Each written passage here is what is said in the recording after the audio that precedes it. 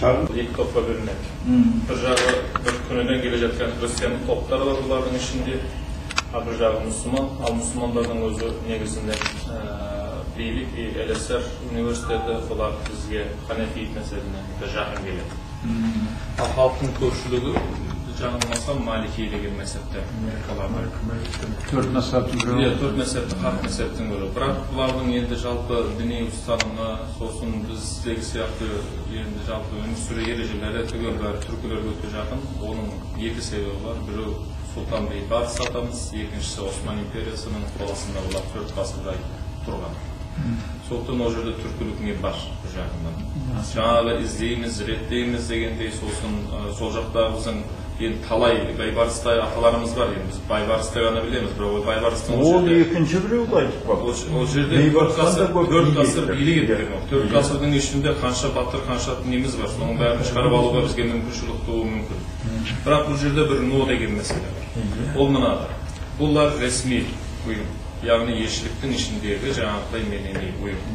Сондықтан бұлардың ең қиын жері, ертең мысалы қазіргі елшінің көзқарасы дұрыс болады да, бұлар бізге қатты жақындағысы келеді. Ал ертең елшісі кетеді, оның орнына жаңа бір елші келеді, одан кейін мен оны талай көріп тұрмын біздің елшілердің өзінде. Содан кейін біздің байланыстарымыз үзіліп те қалады. Бастаған ісіміз аяқталмай қалады, берілген уәделеріміз орындалмай қалады, ойбай бір қиналып қаламыз.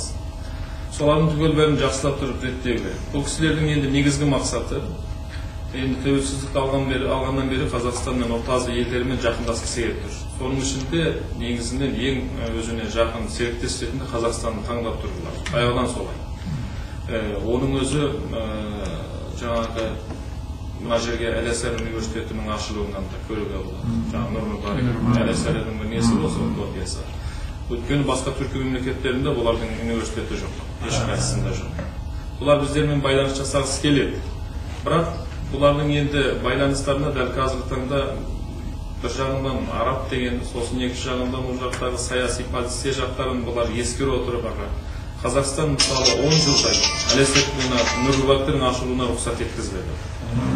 Ақыры Нұр-Мүбарактың ашылуына осы біздің мүфти, бас мүфти өзінің жаңа кішкене әсерін не қылды, сосын президентпен сөйлесіп, сосын президенттің Мысырға сапарынан кейін барып ашылды.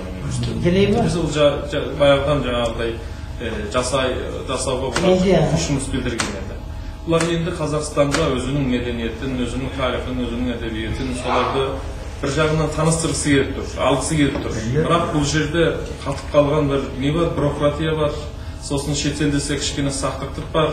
Бірден маған енді мысырлықтар келді екен деп жаңағыдай көз жуып жүгірмейді. Оның бәрі бұларға өте үлкен қиындық туғызып жатыр.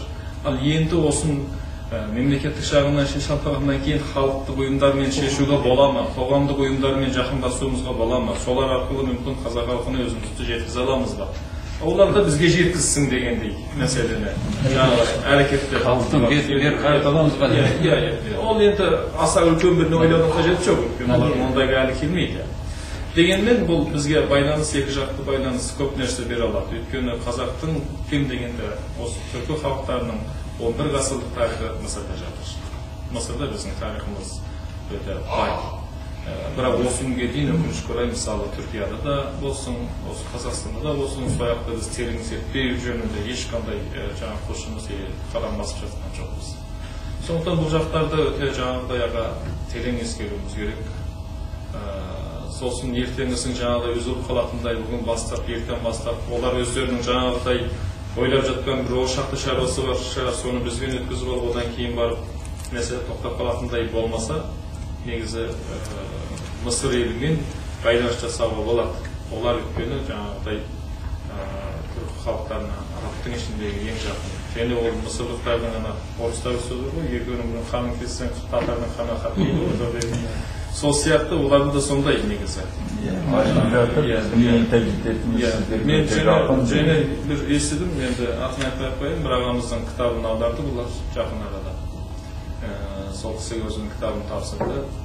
Сол сияқты енді сіздің де кітабыңыздағылар демек бұларға жаңағыдай қазақтың кішкене көрнекті азаматтарының кітаптарын аудару жөнінде тапсырма берілген шығар деп ойлап отырмын. Сіздің сөзіңізге қарағанда, бұларға қарай да жүреді деп ойлаймын.